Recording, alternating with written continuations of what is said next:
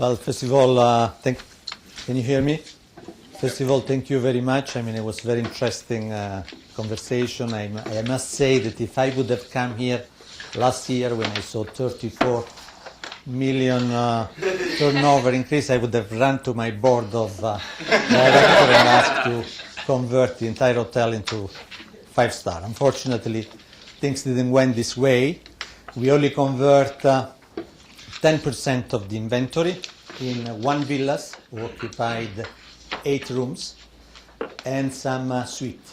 So it was very successful, and one of the reasons of the success story of Forte Village is that all this conversion was done gradually, because every year, as you can see, we have loyal client. We convert a lot of client into Forte Village total dependency. Okay, so they cannot do without Forte Village, because then there is family who come together, they meet, they have tournament of all sorts of sport, etc. So it's like going back to a home village. So we did it gradually, and that was our success story, because we started originally from a concept like the Club Med.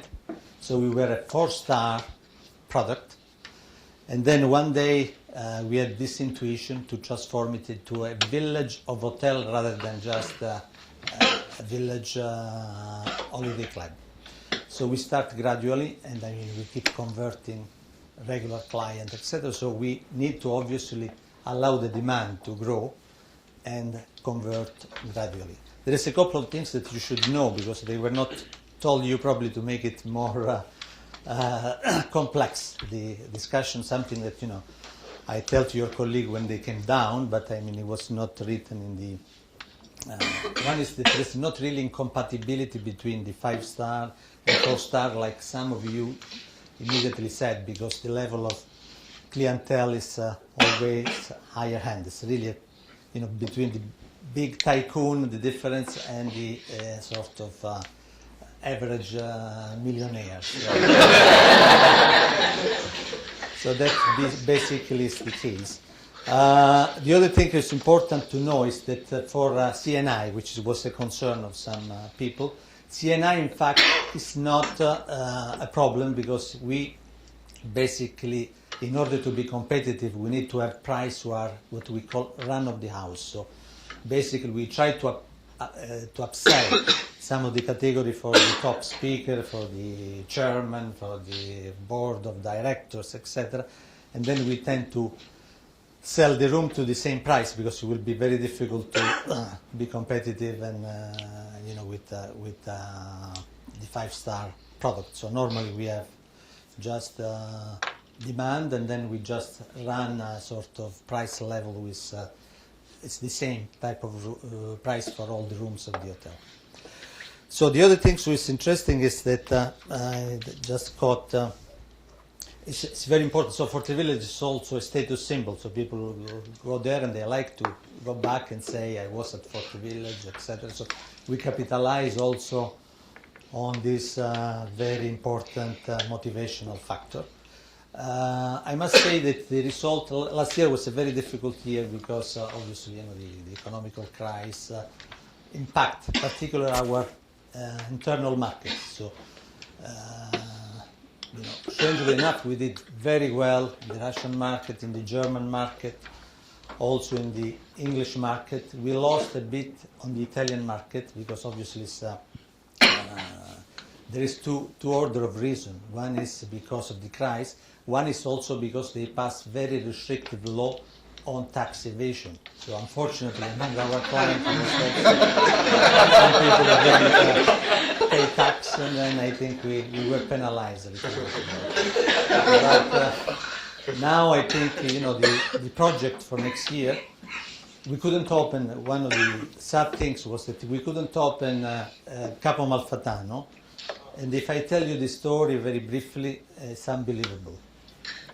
I mean, the hotel is almost built, right? And then we have this, there is a shepherd, okay, who lives there for 30 years, okay, who is 80 years old, was no way to buy the land from him. He didn't want to sell the land, because he said, you know, what do I do with the money? I have my goats, I have my land, etc. I don't want to move from here. Okay? And I mean, all the parents, they try to push him, to sell, because obviously they want to divide the inheritance, but I mean, he didn't want to sell. So, because there we are just the management company, we are not the owner of the project. So the real estate company, what they did as a new road, okay, where he could pass with his goats, etc. And I mean, the hotel was built, and then all of a sudden, this guy take the company to court and claim that he didn't want to pass with the goats on this fantastic motorway that they did for him, special, so that they cannot, the goats, they don't get tired, etc. But he wants to pass where he always passed for the last 20 years, which is unfortunately is where the reception. So now they try to find a solution. Probably there is a solution that has been found by bypassing. So we hope that next year we will have a Capo Malfatano. Will be a big help for us, because basically we want to run it as the 9th hotel of Forte Village. We don't want to run it as a separate hotel. It's just an extension. We offer more. Because Forte Village is mainly a family resort, more for couples, more intimate, more sort of for people who want to relax. There is no sport activity, there is no entertainment, etc. So it will be an addition for another segment of clientele. So basically, that the situation that we experienced last year. If there is any question. A couple of quick ones on just what happened. Price changes, did you raise the price? Yeah, we raised price almost from 4 to 10% according with the typology of room. I mean, it depends on the type of room. 5-star, we increase the price from 4 to 10. The average is around 7% of the increase. And on the 4-star rooms? On the 4-star rooms, we did just inflation plus a little bit, because so it's around 3% increase. Okay, and how about bundling? Some of the other rooms may want to hear about bundling. Did you add any extras? No. Increase bundled packages? We did on the off-season for the English market, which is the most price sensitive, where we really see that it's slight difference on the price make the difference for the 4-star category. We include, we did a couple of packages with the Chelsea, with the full board for the children, but just confined to this market, because you see the problem is that if you sit on the same area by the beach and then you talk with your neighbor, because you stay 15 days, your children become friends, etc., then you create really a discrimination if you start to just find out that, okay, you are in a plane, probably nobody in a plane pays the same price, but I mean, it's not the first question that you ask your neighbor, but when you get really you eat together, you meet children, so it becomes very difficult to create this type of, so we are very coherent with our rates. Now, what I would like to say is for the 4-star hotel, it's a big plus, this sort of situation, because obviously all the hotel is basically at the 5-star level, because I mean, we couldn't afford the price that we charge, etc. So the 4-star benefit of a service which is much superior to what they will get in a normal 4-star hotel. And obviously we make some compromise, because we don't charge crazy price. Okay? I mean, we have sort of average high, quite high, but not, for instance, what we could do with the 5-star if it was only certain typology of clientele. And I must say also that on the 5-star, on the 4-star client, I mean, there is certain items which obviously immediately make you realize that the place is cheap or is expensive, which is what you have as a reference on your day-to-day life. Mineral water, coffee. So that's the things that where we, beer, etc., things where we are very adamant to charge very expensive price. There are other things like the spa, like where we don't have a normal comparison to judge whether it's astronomical expenses or, quite expensive, etc. So we just go into this sort of details as well order not to give the impression that we are overboard with price. So we have either 5 minutes or 10 minutes for questions. Quick questions, quick answers, hopefully. Yeah. Do you plan to further convert 4 stars to 5 stars over time? Yeah. We want to do it gradually, as I said to you. We had an incredible positive surprise with the villas. Now we launched this concept 3 years ago of villas, and it's always sold out. I mean, and we had people who want to stay 3 weeks, 4 weeks, because they spend also people who stay a couple of months because they, especially Northern European, from Russia, Kazakhstan, and this area, some from Middle East. Last year we had was from Middle East country, I cannot say where, who stay with us for 3 months and spend 3 million euros. So for us was a challenge this year to do basically to start the year with 3 million less because she didn't come this year because of what happens probably in the some of the area where she was coming from, and basically we had to just recuperate this type of revenue with other segments of the market. Did you decide to brand the other properties with the Eleganzia name? Yeah, because Forte Village, unfortunately, we don't. First of all, we don't own the brand because it belongs to Roccoforte, so we cannot use the name outside of Sardinia. Because it used to be an hotel of the Roccoforte family, and then it was bought by a lot of. I survived to 7 changes of property. I've been there 15 years. You know, we changed property 7 times. Including the last one was, before this one was Lehman Brothers. So just one time we managed to be sold to an Italian, this time, the first time was an Italian group of industrialists. And we use Eleganzia because Forte Village will be misleading. It's not, it's quite unique, it's irreplicable, so I think that we extract some of the value of Forte Village, like the quality of service, which is very, I mean, what is very peculiar at Forte Village is that we want to have a service that is very friendly, not very sort of formal, but very, that's because people then they get attached, they develop a sort of relationship with the staff.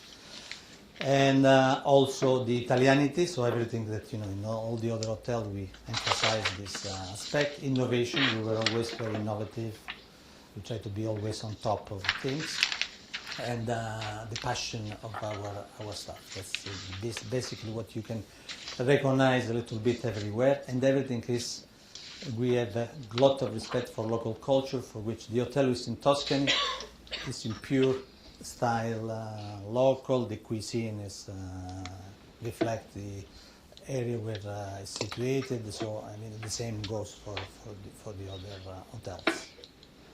Do you have similar issues to like the nightclub or the fine dining industries where your lower clientele are more loyal and your higher clientele are kind of a lower retention because they're looking for new experiences, or is that not really an issue? No, it's not really an issue. I mean, we basically have a lot of, one of the peculiarities of Forte Village is that you really have not to make compromise. Normally, I don't know, some of you, when you will have a family, you will understand that it's very difficult to find a place where you can please the wife, you can please yourself, you can please the children.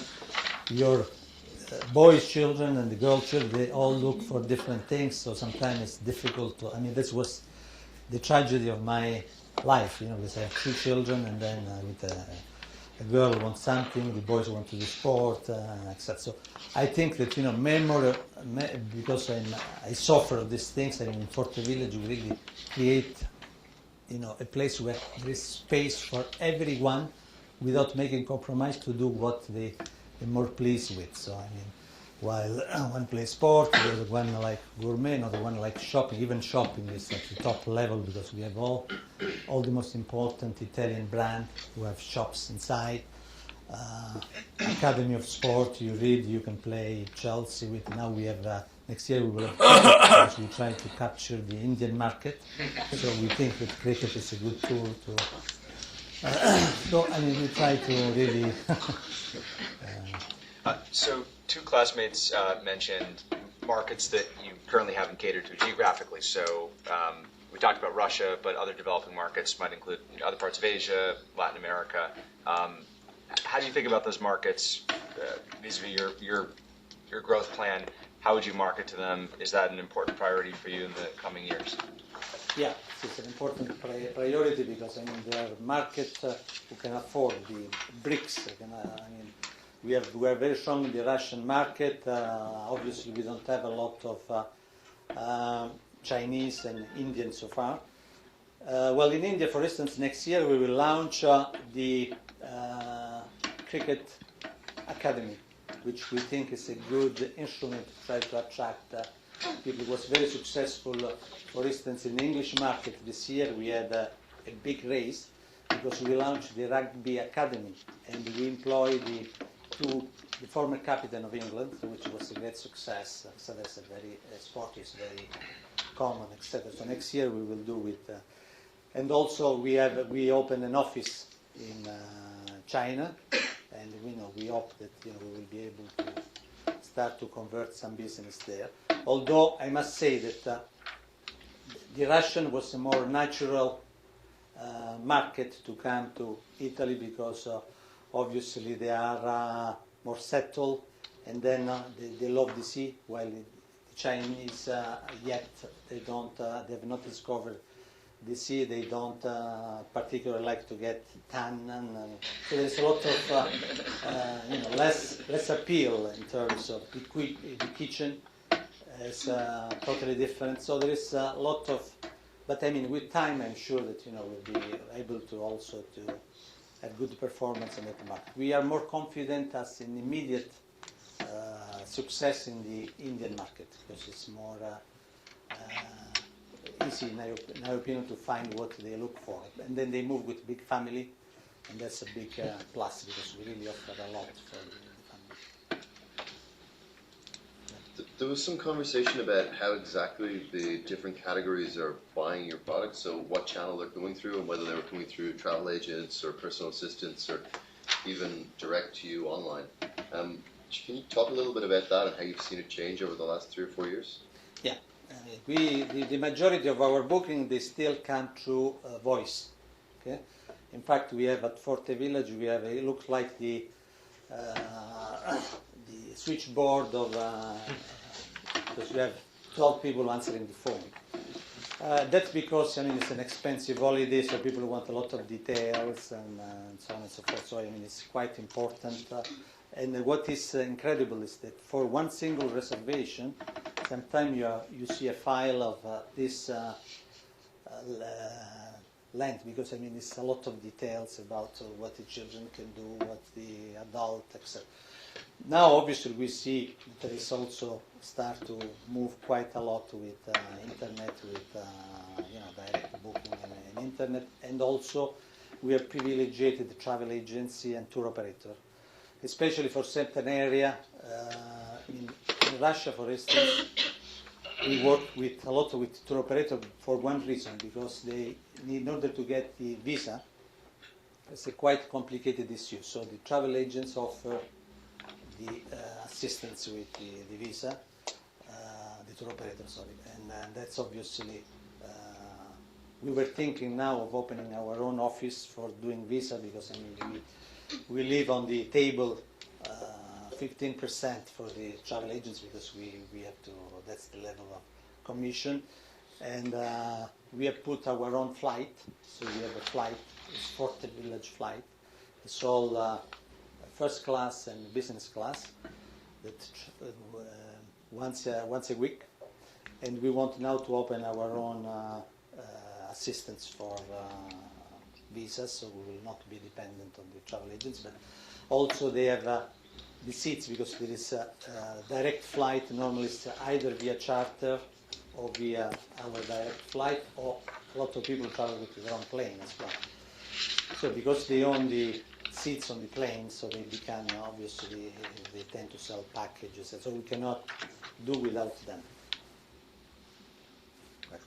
So just to dovetail off what Chris said, your clientele is getting more and more culturally diverse, coming from different countries as the economy becomes more global. And yet your experience that you're trying to sell is this very exquisite, unique, luxurious experience. So as your clientele gets more and more diverse, have you found that the expectations of what comprises luxury, what comprises this experience have changed? So perhaps you can speak to that a little bit. Yeah. No, we had to, as I told you, every year, we upgrade dramatically the place.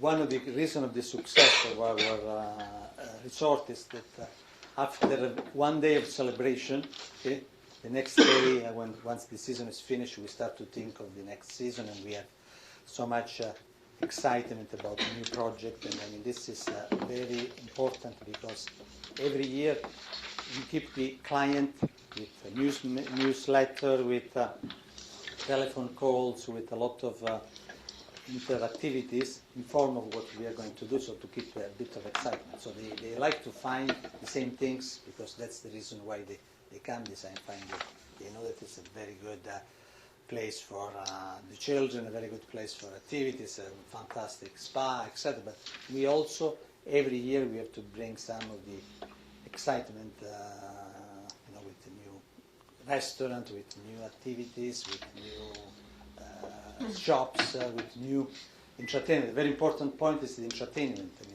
Every night we run a live show, okay, with some very famous artists that we,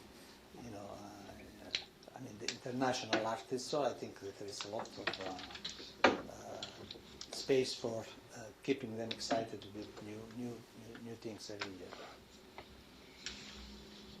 What did you decide about the hotel? Again, running metropolitan property is very different than resort properties. So how do you think about adding that to the portfolio?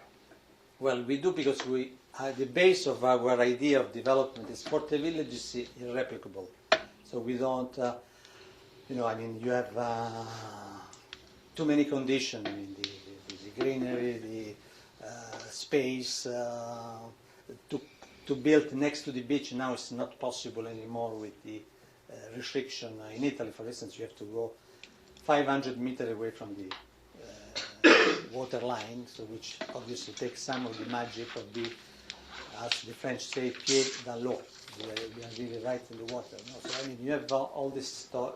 Besides, it's very difficult to find a big piece of property, of this size. Because it's almost 55 hectares. It's a huge property. And everything that if you will compare with Forte Village will be looser, because I remember when we even managed to impress some people. One of the potential owners, because one thing I didn't tell you, I've been there 15 years, and since I've been there, I changed 7-time owner. Okay, and I was lucky to remain, as manager of the structure. But we changed. We went from the English owner, was a television, to a traditional hotelier, to Lehman Brothers was the last, in fact, for a year. My reference was a banker here in New York, and every 3 months I was coming to do just the review of the figures. The only things that were interesting for me was fantastic because they never entered into details. It was like a cash cow, so every time I arrived there with a big envelope, more money, more profit. So they were trying to pump in order to sell it at a premium. So they were telling me how much money you want. If they were there, probably we would have done the 18 million investment, no problem. So I think that we have the idea now is to capitalize on the 35,000 regular clients that we have at Forte. We have a database of 35,000 clients. They rotate every 2 or 3 years. They come back. There are people who come every year, of course. So first of all, we want to capitalize on them. So those people go to Milan, almost all of them. They go to Rome. So I'm asking the question where we can make an hotel that they can use. Okay?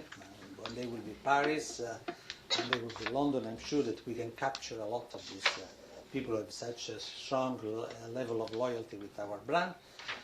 And obviously we don't do, we want to specialize in hotels who are not very big, because obviously, there's 35, okay?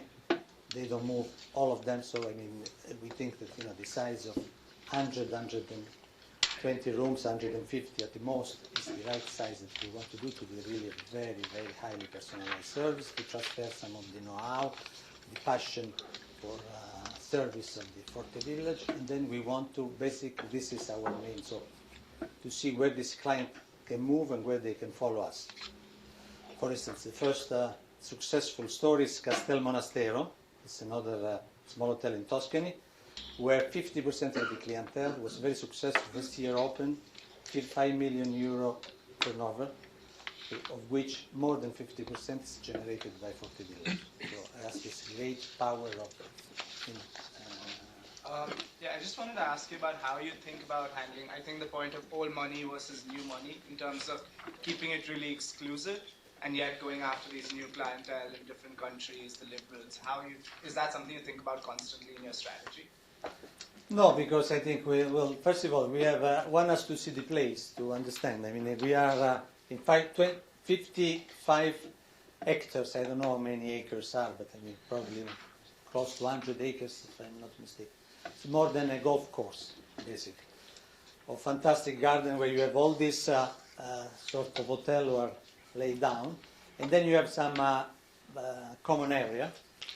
And what is important to know is that, I mean, in some other classes they raise a lot the problem of the coexistence of this different level of client. But what you have to understand is that also the 4-star, it's inappropriate to call it 4-star really, because I mean, in fact, I mean, for the price that we charge, 7 days holiday, even in the 4-star, will cost around between 15 to 18,000, 20,000 euro, which is not exactly, mingling client. Or somebody was telling me of the previous class, why don't you do like Atlantis and the one and only, But it's different because in Atlantis, it's more sort of. There is no differentiation of the level of client, because it's like Disney. We are already, even in the 4-star, we are quite exclusive in a sense, because the price is already, quite selective. Yeah. Lisa? Ben? Yeah. Okay. So one of my questions was, it seems that you're very exclusive, and also via your channel distributions, you're able to be extremely exclusive and target specific end customers. Your new CRM system probably helps you with that also. Are you able to do a lot of price experimentation, specifically targeting like individual customers to maybe see if you can increase the price on certain customers while decreasing the price on other customers, or things like that? Because it seems like if the customers aren't talking to one another and don't have a common concept of how much you charge per night, you might be able to gain even more from each customer individually. But that's a serious risk, that the client talk with each other, right? Because I mean, if you lay down on the beach, and your children become friends, and then you go first time for a cocktail together, then for dinner, then I mean, it's quite likely that you will somehow you will discover that he pay a different price. So we have a sort of very integralistic approach to price. Sometimes what we do with tour operator, we promote the cost of we absorb the cost of flight in certain period, but we make it appear like if it's the tour operator who does a promotion on some empty seats, etc. So they create a package with the flight included or some of the. But we tend to be, very uniform in terms of price, because the chances are that they will talk to each other and they will find out that will be very upsetting, I think. Go ahead, Lisa. Louise? I was very interested in the part about the luxury shopping experience, and I was wondering with your pricing strategy and with the economic downturn, whether you'd had any clients who were interested in outlet luxury, or whether they were consistently still interested in the full price luxury. Sorry, can you repeat the question? Sure. With the economic downturn, Yeah. did your clients ask you to take them to the outlet luxury shopping malls in Italy, or did they stay with the full price retail? No. We have internally. We have ourselves wide choice of, and I mean we didn't have this request at all. So, I mean, we have because we have also. I must say that in the offer we have all the more top brand, European brand, of different categories as well. We have Bulgari, Gucci, but also we have Max Mara, or so that basically you find a different level of price for different budgets. We'll have to take the last question now. Yeah. Andrew. You get to choose. No. I just thought.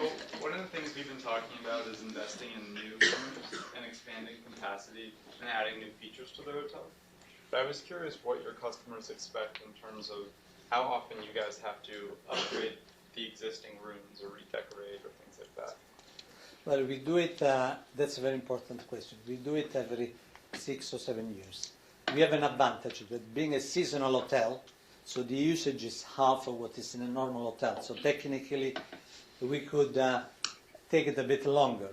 But because of the level of price that we charge, because, although they are tasteful and contemporary rooms, we want always to refresh it. So I think in all, every 5-6 years, we do all the furniture again, and we have a new look for our rooms. Okay. Thank you very much, Lorenzo. Thank you.